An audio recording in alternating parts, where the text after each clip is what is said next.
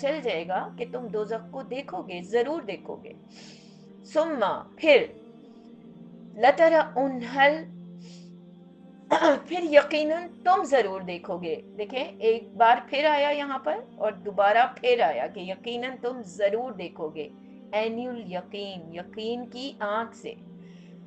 اس کا جو پوائنٹ ہے آپ اس طرح سے سمجھیں کہ دیکھیں اللہ تعالیٰ کو آپ نے نہیں دیکھا، رسولوں کو نہیں دیکھا ہم نے، ٹھیک ہے، فرشتوں کو ہم نے نہیں دیکھا، اور غیب کی جو چیزیں ہیں جو اللہ نے ہم سے ہڈن رکھی، ہمارا ایمان ہے نا اس پر. ہم تو یہ کس وجہ سے ایمان ہے کہ ہمیں یقین ہے. ایک آنکھیں وہ ہیں جو دیکھتی ہیں، جو ہمارے چہرے پر ہے، ٹھیک ہے، جو فزیکلی دیکھتی ہیں، اور ایک ہماری یقین کی آنکھ، ایمان، دیٹ از ایمان بالغیب، کہ ہم ہمیں اس بات پر بھروسہ ہوتا ہے وہ والی چیز. تو ہمارا اس بات پر ایمان ہے. جیسے ہی ہم اللہ پر ایمان لائے، ہمیں پتہ ہے نا ایمان کی دو قسمیں، ایمان مجمل، ایمان مفصل. اور اس میں سب سے پہلے ہے اللہ پر ایمان، پھر اللہ کے رسولوں پر، انبیاء پر ایمان، پھر اللہ کی کتابوں پر ایمان، اللہ کے ملائکہ پر ایمان، قیامت پر ایمان، تقدیر پر ایمان، اور خیر اور شر پر ہمارا ایمان ہونا چاہیے. اللہ پر ایمان کیا تو ہم آ گئے، اس دائرے میں آ گئے کہ ایک ذات ایسی ہے جس نے ہر چیز کو بنایا ہے، جو ہر چیز پر قدرت رکھتی ہے، وہ کسی کی محتاج نہیں، سب اس کے محتاج ہیں، اور اس کا حکم ہر چیز پر چلتا ہے. یہ تمام مخلوقات، چاہے وہ آسمان کی ہے، چاہے وہ زمین پر پائے جانے والی مخلوق، وہ سب اللہ سبحانہ تعالیٰ نے بنائی ہے، اور سب کو اسی کی عبادت کرنی چاہیے اور اس کے ساتھ کسی اور کو شریک نہیں کرنا چاہیے. ٹھیک، اس پر ایمان ہم لا کے ہم دائرہ اسلام میں داخل ہو جاتے ہیں. بٹ یہی صرف ایمان نہیں ہے، یہ تو ایمان کی پریویلیج ہے. سمجھ لیں آپ کہ فرسٹ اس پر اگر آپ ایمان کی جو پہلے اس پر جائیں گے تو پرائیورٹی پر یہ چیز، اس کے بعد پھر اللہ اور بھی آپ سے باتیں کہتے ہیں نا کہ میں نے میرے بندے جو دنیا میں آئے، میں نے ان کو ہدایت دی، لیکن آہستہ آہستہ وہ جو شیطان تھا نا، جس نے اللہ سے کہا تھا میں آپ کے اذن سے آپ کے بندوں کو گمراہ کروں گا تو قیامت تک کے لیے آپ مجھے اجازت دیں. تو اللہ نے بڑے فخر سے کہا تھا، بالکل میں یہ لفظ کہتی ہوں کیونکہ اللہ کو پتا تھا نا کہ جو اس کے نیک بندے ہیں ان کے اوپر اس شیطان کی کسی بھی بات کا یا اس کے گمراہ کرنے کا کوئی اثر نہیں ہوگا. اللہ نے کہا ٹھیک ہے کرو، اور میرے جو مخلص بندے ہوں گے وہ تمہارے بہکاوے میں نہیں آئیں گے، ٹھیک ہے کر لو تم. اور شیطان نے بھی جو الفاظ کہے تھے اس میں بھی یہ چیز تھی کہ اے اللہ، اگر میں آپ کے اذن سے آپ کے بندوں کو گمراہ کروں گا سوائے ان کے جو مخلص ہیں. تو آپ دیکھیں جو بھی مخلص لوگ ہوتے ہیں وہ اگر بھٹک بھی جاتے ہیں تو پھر دوبارہ سے راہ راست پر آ جاتے ہیں. اسی لیے ہمیں کہا جاتا ہے نا کہ آپ جو دعائیں مانگیں ان میں اللہ سے یہ دعا ضرور مانگیں کہ اے اللہ، جب آپ مجھے ہدایت پہ لگا چکے ہیں تو اب مجھے دوبارہ اس سے بھٹکنے مت دیجیے گا. یہ بھی اللہ سے دعا مانگنی چاہیے، کیونکہ کبھی کبھی ہمارے اندر تکبر آ جاتا ہے نا. اگر ہم نے کچھ کر لیا، ہم اپنے دل میں سوچنے لگے ہم تو بہت ہی افلاطون ٹائپ چیز بن گئے نا، ہمیں تو بہت علم ہو گیا. لیکن غرور اور تکبر کا اختیار اللہ کے پاس ہے، جو ساری خوبیوں کا مالک ہے. اس نے ہمیں جو کچھ دیا، ہمیں اس کے لیے اللہ کا شکر گزار ہونا چاہیے. اللہ کی توفیق ہے تو ہم آج بول رہے ہیں، اللہ کی توفیق ہے تو آج آپ سن رہے ہیں، اللہ کی توفیق ہے تو میرا دماغ چل رہا ہے، میں آپ تک پہنچانے کی کوشش کر رہی ہوں. اللہ نے کی توفیق ہے تو آپ سمجھ پا رہے ہیں اس چیز کو. یہ سب اللہ کی توفیق سے ہو رہا ہے. تو ہمیں اللہ کی توفیق ہمیشہ مانگتے رہنی چاہیے. کبھی بھی اپنے آپ کو جو ہے نا یہ نہیں سمجھنا چاہیے بس اٹس آل، میں نے تو بہت لے لیا، میں تو فلاں سے اپر درجے پر چلی گئی، میں نے تو یہ کر لیا، میں نے تو وہ سیکھ لیا، میں نے تو یہ کلاس لے لی، میں نے تو یہ نہیں. آپ کو کیا پتا آپ نے جو کچھ بھی کیا ہے اس میں اخلاص تھا یا نہیں، وہ آپ کے رب کو پسند آیا یا نہیں.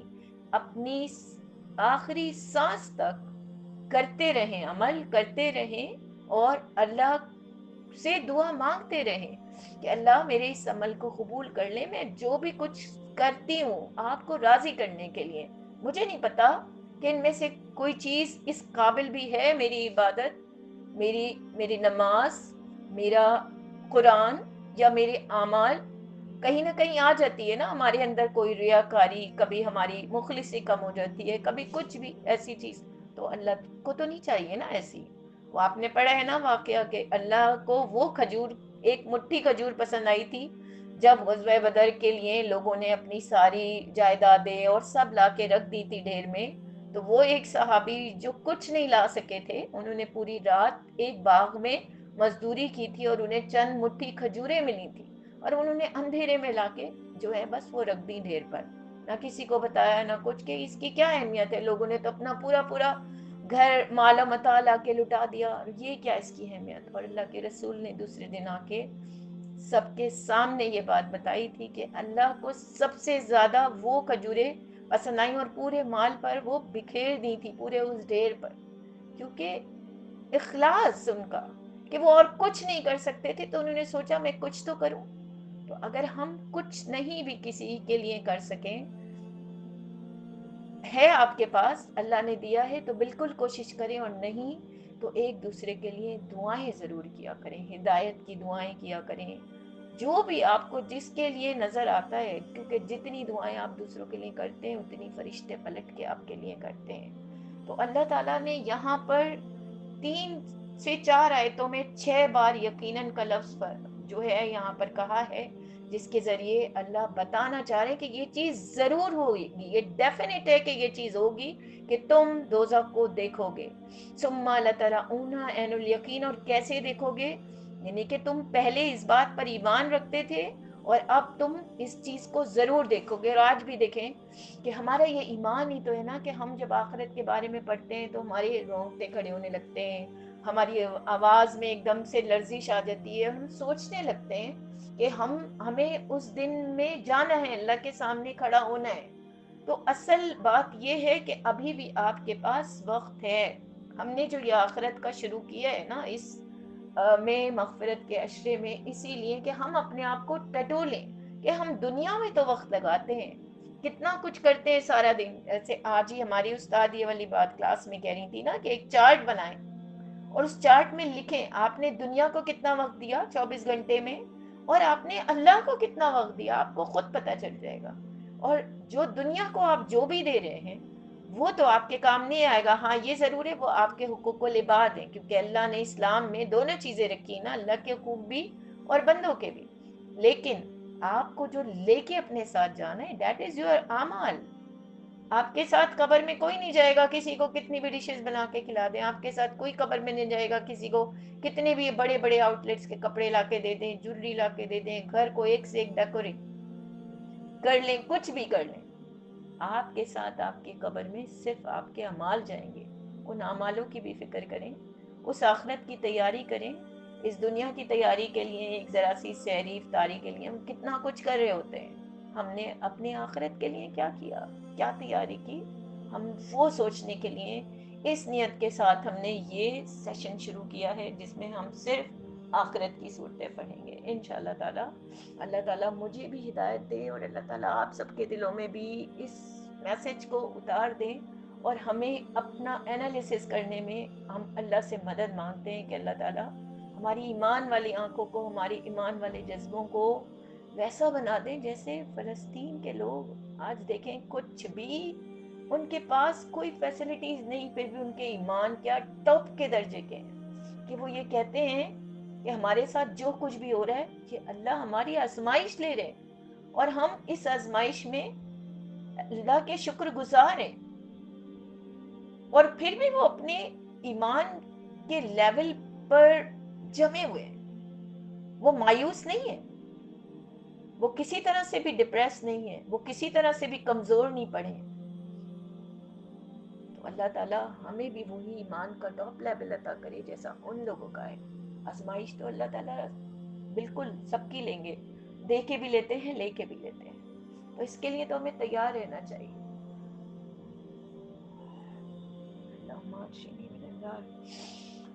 ثم لتسألن، پھر یقیناً تم ضرور سوال کیے جاؤ گے، یومئذ اس دن، عن النعیم نعمتوں کی بابت. کس دن؟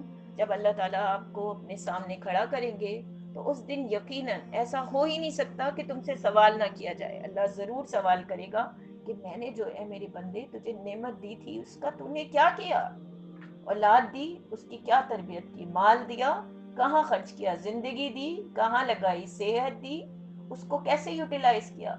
میں نے تجھے ایبیلٹیز دی ان ایبیلٹیز کو کہاں یوز کر کے آیا؟ بتا مجھے. تو اس بات کے اوپر تمہارا ایمان ہونا چاہیے. تو جو کثرت والی بات یہاں پر ہوئی ہے ان نعمتوں کی کہ جو اللہ نے ہمیں دی ہیں, تو اللہ تو یہ چاہتے ہیں نا کہ یہ نعمتیں جو میں نے تمہیں دی ہیں تو تم ان کو اچھی طرح سے یوٹیلائز کرو, ان کے حق ادا کرو کہ جو میں تم سے چاہتا ہوں. تو اس کا تھوڑا سا انٹرو دیکھ لیتے ہیں. تو تکاثر کا مطلب کثرت, جو کہ پہلی ہی آیت میں آ جاتا ہے. یہ کہتے ہیں مکی صورت ہے. تمام مفسرین کے نزدیک یہ مکی صورت ہے. ابن ابی حاتم نے ابو بریدہ کی روایت نقل کی ہے کہ یہ سورہ انصار کے دو قبیلوں بنو حارثہ اور بنو الحرث کے بارے میں نازل ہوئی ہے. دونوں قبیلوں نے ایک دوسرے کے مقابلے میں پہلے اپنے زندہ آدمیوں کے مفاخر بیان کیے اور پھر قبرستان جا کر اپنے مرے ہوئے لوگوں کے مفاخر بیان کیے. یعنی مفاخر کیا کہ ان کے بارے میں فخر. جیسے زندہ لوگوں میں ہوتا ہے جی ہمارا فلاں رشتہ دار وہ تو اتنا پڑھا لکھا ہے, وہ تو فلاں جگہ پر ہے, وہ اس عہدے پر لگا ہوا ہے, ہم فخر کے ساتھ بتاتے ہیں نا. تو دوسرے کا کچھ نے اپنے مرے ہوئے لوگ کے جو ہمارے گزر گئے آبا و اجداد وہ یہ تھے وہ یہ تھے, اس طرح اس پر اللہ نے یہ صورت نازل کی.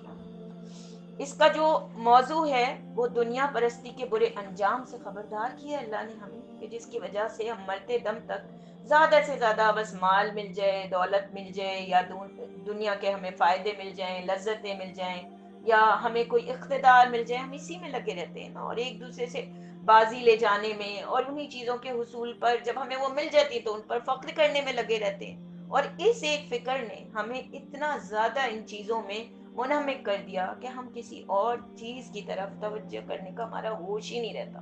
ہم بالکل کہ نہیں بس یہی دنیا ہی سب کچھ ہے, ہم آج یہ ڈگری لے لیں کل یہ لے لیں. بے شک دنیا میں بھی کریں آپ, لیکن اپنی آخرت کی دین کی فکر کریں, اس رب کائنات کا شکر ادا کریں ہر موقع پر جس نے کہ آپ کو یہ ساری نعمتیں دی تھی. پھر ان کے برے انجام پر اللہ تعالیٰ متنبع کر کے یہ بتاتے ہیں کہ یہ نعمتیں جن کو تم یہاں اس دنیا میں بے فکری کے ساتھ سمیٹ رہے ہو, یہ صرف نعمتیں نہیں ہیں بلکہ تمہاری آزمائش کا سامان بھی. ان میں سے ہر نعمت کے بارے میں اللہ تعالیٰ تم سے آخرت میں پوچھیں گے, تمہیں ایسے ہی نہیں چھوڑ دیا جائے گا. اب اس کا بامحاورہ ترجمہ دیکھ لیتے ہیں. تم لوگوں کو زیادہ سے زیادہ ایک دوسرے سے بڑھ کر دنیا حاصل کرنے کی دھن نے غفلت میں ڈال رکھا ہے. غفلت یہاں پر کہ اللہ تعالیٰ نے تمہیں کثرت دی, چیزوں کی کثرت دی, اور اس نے تمہیں غفلت میں ڈال دیا. الہاکم میں لہو بھی ہے جس کا مطلب ہے غفلت, لیکن عربی زبان میں یہ اس سینس میں بولا جاتا ہے کہ انسان کسی چیز میں اتنا زیادہ محو ہو جائے کہ باقی ساری چیزوں کی طرف سے غافل ہو جائے. جیسے سپوز اب ہر کسی کی پرائیورٹیز ہوتی ہیں, آپ کو کوئی ڈرامہ پسند ہے, آپ کو کوئی شو پسند ہے, جب آپ وہی دیکھنے کے لیے بیٹھتے ہیں تو آپ چاہتے ہیں کوئی شور شرابہ نہ ہو, بس ہم خاموشی سے بالکل فوکس ہو کر کنسنٹریشن سے دیکھیں. ایسا ہی ہوتا ہے نا. تو بالکل وہی والی بات ہے کہ آپ کسی چیز میں ایسے محو ہو جائیں کہ آپ کو چاروں طرف کا دنیا مافیا کا ہوش ہی نہ رہے. دیٹ از کالڈ لیف کہلاتی ہے وہ. تو اس میں اللہ نے کہا کہ تم نے اپنے آپ کو دنیا کی لہو میں اس طرح سے مصروف کر لیا کہ تمہیں کوئی ہوش ہی نہیں رہا. تمہیں بس اسی کو دنیا کی کمانے کی دھن میں لگے ہوئے ہو, اسی فکر میں لگے ہوئے ہو, اور باقی چیزوں سے اس نے تمہیں غافل کر دیا. تکاثر پھر آتا ہے جس کا مطلب ہے کثرت. اس کے 3 معنی آتے ہیں. ایک معنی یہ ہے کہ آدمی زیادہ سے زیادہ کثرت حاصل کرنے کی کوشش کرے. سپوز مال, آج ہمارے پاس 50,000 کی جاب ہے, کل ہم لاکھ کی کرنے کی کوشش کریں, پھر 2 لاکھ کی, پھر اس طرح کثرت. ایک تو وہ چیز ہو گئی کہ ایک تو دیا ہے اللہ نے تمہیں, لیکن تم اس کو اور زیادہ بڑھانے کی کوشش میں لگے رہو, مصروف رہو. دوسرے یہ کہ لوگ کثرت کے حصول میں ایک دوسرے سے بڑھنے کی کوشش کریں. کمپیریزن, کہ آپ کا ہوتا ہے جی فلاں میری بہن ہے اس کے پاس یہ ہے, فلاں میرا بھائی ہے اس کے پاس یہ ہے, فلاں رشتہ دار ہیں اس کے پاس بھائی آج یہ گھر ہے, اس نے تو اب اس ماڈل کی گاڑی لے لی، اب مجھے بھی لینی، یہ والی بات ایک دوسرے سے کثرت لے جانے میں، تو یہ کمپیریزن میں کثرت ہو گئی۔ پھر تیسرے کہ ایک دوسرے کے مقابلے میں اس بات کے اوپر آپ فخر کریں کہ ان سے زیادہ آپ کے پاس ہے، یعنی جیسے ہم چڑھانے لگتے ہیں نا کہ اچھا تمہارے بچے نے تو یہ نہیں کیا، میرے بچے کا تو فلاں کالج میں داخلہ ہو گیا، تم نے ایسے کپڑے پہنے ہیں معمولی، دیکھو میں نے تو فلانا آؤٹ لیٹ کا ڈریس پہنا ہوا ہے، اس طرح کی بات کہ آپ دوسروں کو بول، تو کیا کیا آپ نے، اس کو ڈپریشن میں ڈال دیا نا۔ ٹھیک ہے، اس کو بھی اللہ نے دیا تھا نا، ہر انسان کو اللہ تعالیٰ نے اس کے جو اس کی تقدیر میں لکھا ہے اسے ملتا ہے۔ دیکھیں کبھی کبھی ایسا ہوتا ہے کہ لوگ بہت کروڑ پتی ارب پتی ہوتے ہیں اور ایک دن میں ان کا بزنس ٹھپ ہوتا ہے، وہ زیرو پر آ جاتے ہیں۔ کبھی کبھی ایسا ہوتا ہے کہ کوئی بالکل زیرو پر ہوتا ہے اور اللہ تعالیٰ ایک دم سے اس کو عروج پہ پہنچا دیتے ہیں۔ تو آپ کو تو نہیں پتا تھی، یہ تو اللہ جانتے ہیں، تو غیب کی باتیں، تقدیروں کا تو اللہ کو پتا ہے۔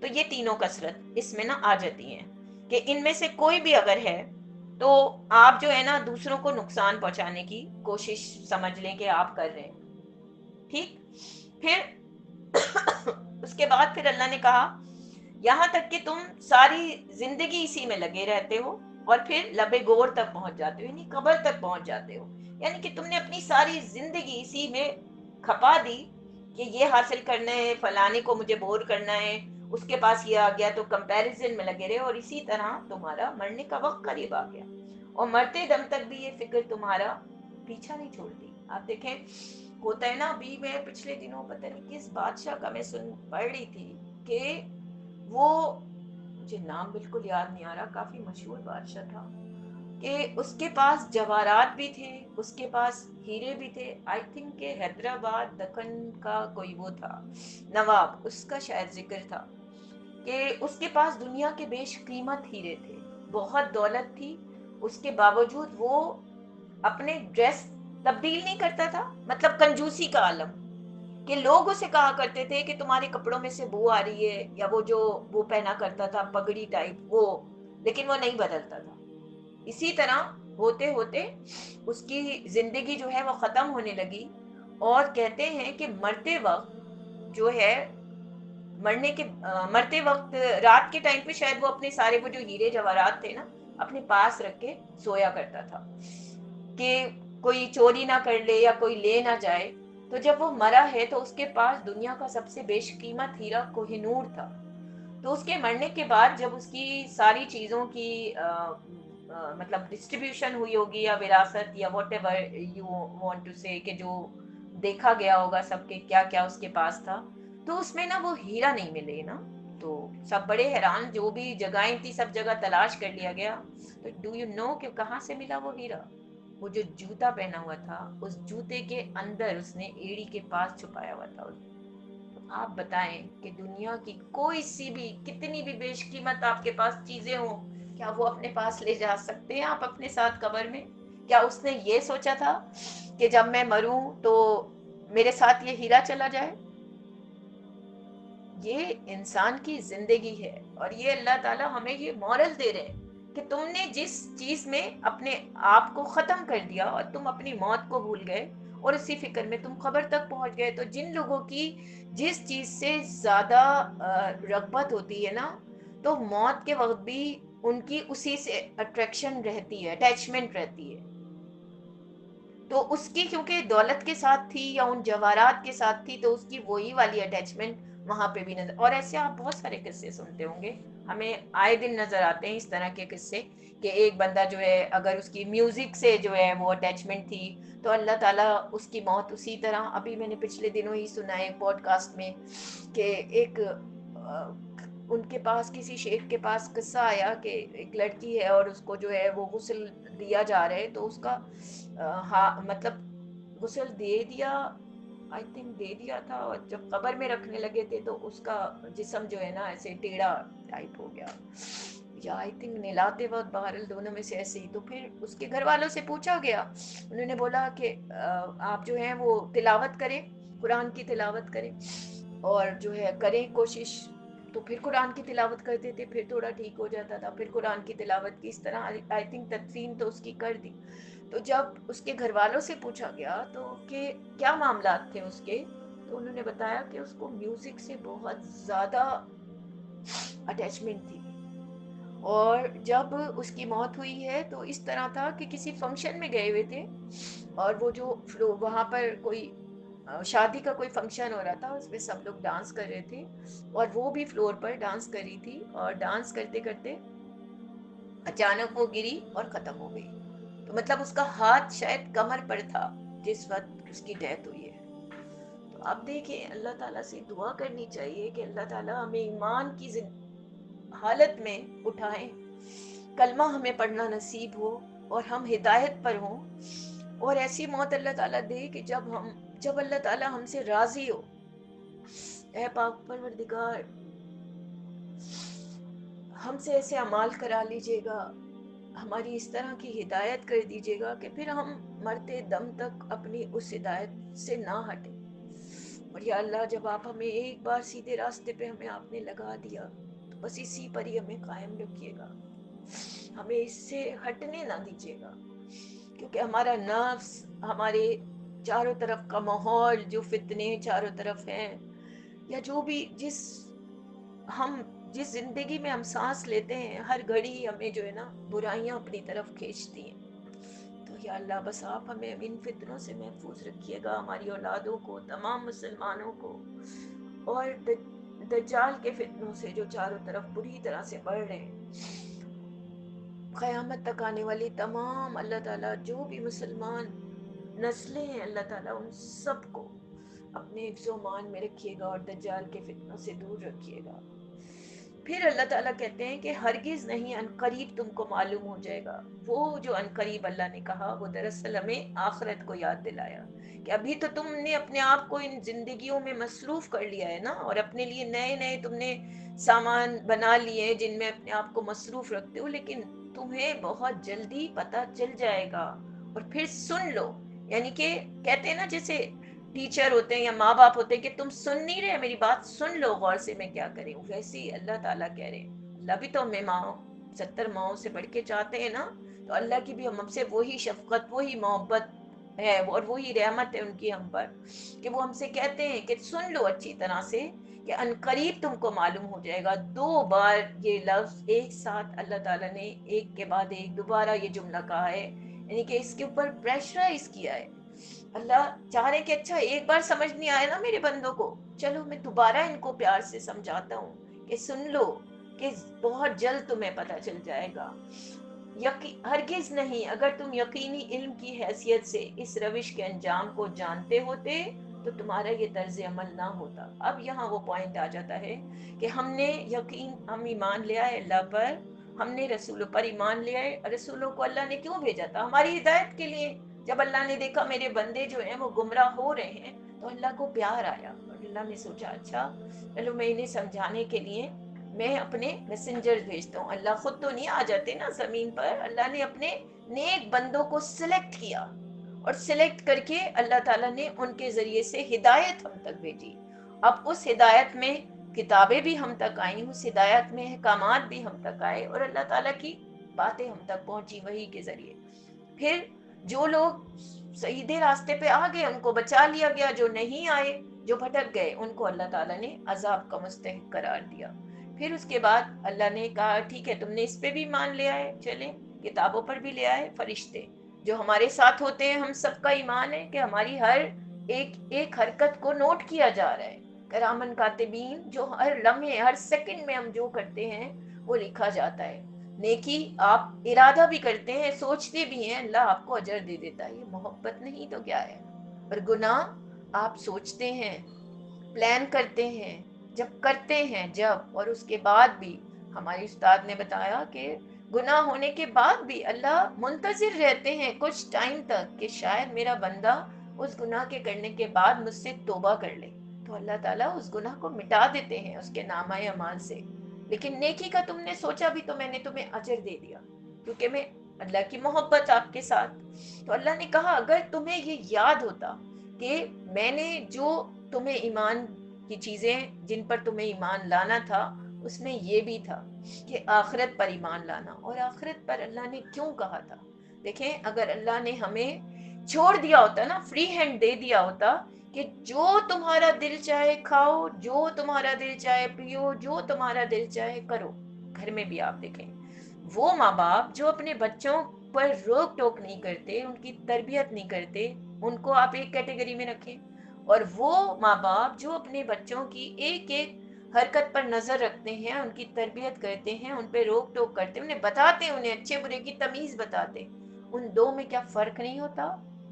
کہیں کہیں ایسے بچے ہوتے ہیں جن کی ہر بندہ تعریف کر رہا ہوتا ہے، راہ چلتے جو بھی ملتے تربیت نظر آتی ہے نا ماں باپ کی، کہ ہاں بھائی ان کی تربیت ہوئی ہے، ان کو پتا ہے اچھے برے کا۔ اسی طرح دوسرے وہ کہ جن سے ملنے کے بعد آپ کو لگتا ہے یہ بے راہ روی کا شکار ہے، تو ان کی وہ تربیت نہیں ہوئی، ٹھیک ہے؟ تو انہیں کیونکہ وہ جن کو تربیت کی گئی انہیں یہ بتایا گیا کہ تمہاری زندگی جو ہے نا بہترین ہو جائے گی، تم ان چیزوں پر چلو گے تو تمہیں اجر ملے گا اور تم اچھے انسان بن سکو گے، ٹھیک ہے؟ انہیں بتایا گیا، انہوں نے کوشش کی، اور وہ جنہیں چھوڑ دیا گیا، جنہیں نہیں بتایا گیا، تو انہیں تو علم ہی نہیں تھا، وہ بگڑ گئے، ٹھیک ہے؟ اب یہاں پر آپ یہ والی بات دیکھیں، اسی طرح سے آپ اسی سینیریو میں آخرت کو سمجھیں کہ اگر اللہ آپ کو یہ چیز نہ رکھتے کہ تمہیں اپنے اچھے برے کے اوپر سزا دی جائے گی یا تمہیں اس کے اوپر انعام دیا جائے گا، تو کیا آپ اپنے آپ کو برائیوں سے بچاتے؟ نہیں۔ جیسے ایک ٹیچر کلاس میں اگر غلط کام کرنے کے اوپر بچے کو پنش نہیں دے گی تو وہ کیسے سیکھے گا کہ مجھے صحیح کام کرنا ہے؟ وہ تو اسی طرح اپنی روش پہ چلتا رہے گا۔ ٹیچر کا وہ جو پنشمنٹ والا جو ایک اس کے ذہن میں چلتا ہے اسی پر تو پھر وہ اچھا کر کے دکھاتا ہے۔ یا ایک کوئی بچہ جو ایگزام میں پیپر اچھا نہیں کر کے آئے گا، جیسا پوچھا گیا، اس سے پوچھا گیا کہ ڈائجسٹو سسٹم لکھنا ہے، وہ اس کے اندر کوئی گانا لکھ کر آ گیا، تو کیا وہ جواب میں اس کو نمبر دے دے گا ٹیچر؟ نہیں، آپ نے غلط کیا ہے تو آپ کو 0 ملے گا۔ تو اللہ تعالیٰ نے بھی آخرت پر ایمان کے ذریعے اپنے بندوں کو اس چیز کا پابند کر دیا کہ تمہیں میں نے اختیار بے شک دیا ہے، لیکن تم اپنی زندگی یہ سوچ کے گزارو کہ اٹس ایگزامینیشن ہال، اور یہاں پر تم ایگزام دے رہے ہو، اور اس ایگزام کی جو ڈیوریشن ہے وہ تمہاری لائف ہے، اور جو تمہارا سلیبس تھا دیٹ از تمہیں سکھا دیا گیا تھا ایمانیات، اور جو تم نے اس کو سالو کرنا تھا، جو جس کے ذریعے سے جو پوری تمہیں تعلیم دی گئی تھی، جو تمہاری ایجوکیشن یا تمہیں وہ ساری کی پوائنٹس، وہ سب کچھ تمہیں اس شریعت میں سکھا دیے گئے تھے، اس قرآن کے ذریعے، شریعت محمدی کے ذریعے۔ اب تمہارا کام ہے کہ تم نے اس کو کس طرح سے سمجھا ہے۔ جب آپ کسی پیپر کی کو سمجھ کے اچھی تیاری کرتے ہیں تو آپ اس میں اچھے مارکس لے آتے ہیں۔ جس پیپر کو آپ اچھی طرح سے نہیں پریپئر کرتے اس میں آپ کے اچھے مارکس نہیں آتے۔ اب اگر آپ اپنی زندگی کو اس قرآن کے حساب سے، اللہ کے بتائے ہوئے طریقوں کے حساب سے آپ گزارتے ہیں تو آپ کی زندگی بہترین ہو جاتی ہے اور آپ کے نامہ اعمال اچھا بن جاتا ہے، ٹھیک ہے؟ اور اگر آپ نہیں گزارتے تو پھر آپ کا وہ پیپر خراب ہوتا ہے، اور جب پیپر خراب ہوگا تو یہ جو امتحان آپ نے دنیا میں دیا ہے اس کا رزلٹ آپ کو ملے گا اس دن جب قیامت کا دن ہوگا۔ At the day of judgment you have got your reports cards. جیسے یہاں پر آپ کو دنیا میں رزلٹ ملتا ہے، ایسے وہاں آپ کو رزلٹ ملے گا، اور وہ رزلٹ جو آپ کو ملے گا اس سے آپ کو پتا چلے گا کہ آپ کامیاب ہوئے یا نہیں۔ جو لوگ کامیاب ہوتے ہیں ان کے داہنے ہاتھ میں اللہ تعالیٰ ان کا نامہ اعمال دے دیتے ہیں، اور جو ناکام ہوتے ہیں ان کے بائیں ہاتھ میں دیا جاتا ہے۔ جو داہنے ہاتھ والے ہوتے ہیں وہ خوش ہوتے ہیں، اور جو جن کے بائیں ہاتھ میں دیا جائے گا وہ اپنے اس رزلٹ کو چھپانے کی کوشش کریں گے۔ وہ چاہیں گے جیسے ہم اس میدان سے بھاگ جائیں، بالکل اسی طرح کہ اگر ایک بچے کا رپورٹ کارڈ میں رزلٹ بہترین آتا ہے تو وہ چھلتا کودتا چیخے مارتا ہوا خوشی سے آتا ہے اور دکھاتا ہے سب کو۔ جس کا رزلٹ اچھا نہیں ہوتا وہ نہیں دکھاتا، وہ چھپا دیتا ہے۔ لیکن پھر کچھ ہو تو نہیں سکتا نا، وہ رزلٹ بدل تو نہیں سکتا، کیونکہ وہ رزلٹ تو اسی پر ملا تھا جو آپ کر کے آئے تھے۔ تو یہ وہی بالکل بات ہے کہ دنیا میں جب آپ کو اللہ نے بھیجا اور سب کچھ آپ کو دے دیا، کی پوائنٹس بھی دے دیا، آپ کو گائیڈ بھی دے دی گئی، آپ کو ٹیچر بھی دے دیا گیا ایز اے میسنجر، آپ کو پورا شریعت بھی سمجھا دی گئی، آپ کو ایمان یاد بھی بتا دی گئی، سب کچھ آپ کو اختیار بھی دے دیا گیا، اور آپ کو ٹائم لمٹ بھی بتا دی گئی. تو اب یہ تو آپ کا کام تھا نا کہ آپ کیا کریں. Whatever you want to get it or you want to last it, یہ تو آپ کے اوپر ڈیپینڈ کرتا ہے. تو اللہ تعالیٰ نے یہی کہا کہ اس دن تمہیں پتہ چل جائے گا جب ہم تمہیں اپنے سامنے لائیں گے اور تم سے پوچھیں گے. اس بارے میں پوچھا جائے گا کہ جو نعمتیں ہم نے تمہیں دنیا میں دی تھیں ان کو تم نے کس طرح سے یوٹیلائز کیا. اور وہی دن ہوگا جس کو تم بھولے ہوئے تھے. تو آج یہ آیت پڑھ کے, یہ سورت پڑھ کے آپ کو یہ نہیں لگتا کہ یہ اللہ کی ہم پر ایک بلیسنگ ہے کہ اس نے اس سورت کے ذریعے سے ہمیں یہ یاد دلا دیا کہ تم کہاں پر اپنے آپ کو لگا کے بیٹھے ہو, کہاں غفلت میں پڑے ہوئے ہو. اپنی آنکھیں کھولو. اس دنیا میں تم جو بھی کچھ کر رہے ہو, لیکن اس آخرت کی بھی تیاری کرو جہاں تمہیں جانا ہے, جہاں تمہیں اللہ کے سامنے کھڑا ہونا ہے, اور جہاں تم سے جواب طلبی کی جائے گی. تم سے پوچھا جائے گا کہ جو میں نے تمہیں مال دیا تم نے کہاں خرچ کیا, جو اولاد دی وہ کہاں, جو زندگی دی وہ کہاں, جو تمہیں صحت دی وہ کہاں, جو تمہیں صلاحیتیں دی وہ تم نے کہاں خرچ کی. تم اللہ کے لیے کیا کر کے آئے ہو, تو اس دن کیا جواب دیں گے. تو بس سوچیں کہ ابھی بھی آپ کی سانسیں چل رہی ہیں, آپ کی صحت صحیح ہے, آپ کے اعضاء کام کر رہے ہیں. اللہ نے آپ کو ایک چھت کے نیچے بٹھایا ہوا ہے, اللہ آپ کو رزق دے رہا ہے, اللہ کی نعمتیں آپ پر برس رہی ہیں.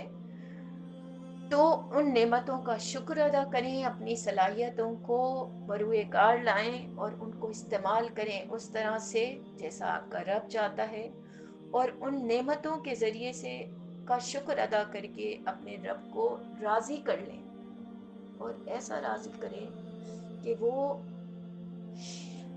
آپ کو معاف کر دیں.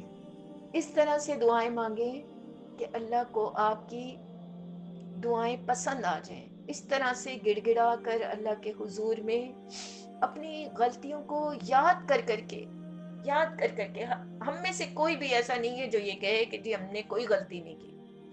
اصل بندہ وہ ہے کہ جو کوئی غلطی کرے اور اس غلطی کے اوپر شرمندہ ہو کے فوراً توبہ کر لے, چاہے وہ بندوں سے ہو چاہے وہ اللہ سے ہو. دیکھیں اللہ کے حقوق اللہ کے اوپر ہے, وہ معاف کر دے, اور جو بندوں کے حقوق ہیں وہ بندوں پر ہے. اور ریئلائز کرنے والے تو اس طرح بھی ہے کہ آپ کو لگے کہ ہم نے کسی کا دل دکھا دیا, ہم نے کوئی ایسا کام کر دیا, آپ کو جس وقت بھی ہو جائے اندازہ, آپ فوراً اس سے معافی مانگ لیں. آپ کے ماں باپ ہیں, آپ کے دوست ہیں, آپ کے بہن بھائی ہیں, ہزار ایسے معاملات ہوتے ہیں ہم کسی کو کچھ بھی کہہ دیتے ہیں, بعد میں ہمیں احساس اگر ہوتا ہے تو یہ بھی اللہ کی آپ پر بلیسنگ ہے. وہ چاہتا ہے آپ کو کہ تم اس گناہ سے اپنے آپ کو پاک کر لو, پیور ہو جاؤ, کیونکہ اللہ اپنے حقوق معاف کریں گے, بندوں کے حقوق آپ کو بندوں سے ہی کروانے. تو اس رمضان کو اپنے لیے بس ایسا بنا لیں کہ اللہ تعالیٰ کہ مقرب ہو جائیں, اللہ کے قریب ہو جائیں, اللہ کی رحمت کا سایہ آپ کو مل جائے, آپ کا دل مطمئن ہو جائے اندر سے کہ میں جو بھی کچھ کر سکتی تھی میں نے کیا, اور اللہ سے دعا بھی مانگے. سحری میں اٹھتے ہیں, تھوڑا 15 منٹ پہلے اٹھ کے اپنے آپ کو ٹائم دیں. افطاری میں تھوڑا 10 منٹ پہلے فارغ ہو جائیں, وہ آپ کو پتہ ہے کہ قبولیت کا وقت ہے. سحری کے بعد سورج نکلنے تک آپ اپنے لیے دعائیں کریں, وہ قبولیت کا وقت ہے. دن بھر بے شک گھر کے کام ہوتے ہیں, اس میں آپ نفلی اعتکاف کی نیت کر سکتے ہیں, آپ کو اس کا اجر ملے گا. اس کے ساتھ ساتھ آپ کوئی بھی کام کر رہے ہیں, تلاوت لگا لیں, آپ کوئی تفسیر کی کلاس ہے وہ سن لیں. بس کوشش کریں کہ آپ کے یہ جو لمحات آپ کے ہاتھ میں ہیں ان میں سے کوئی بھی ضائع نہ جائے. صدق اللہ العظیم. دعا پڑھ لیتے ہیں, جو ہم مغفرت کی دعائیں پڑھ رہے ہیں اس میں سے چھوٹی سی پڑھ لیتے ہیں.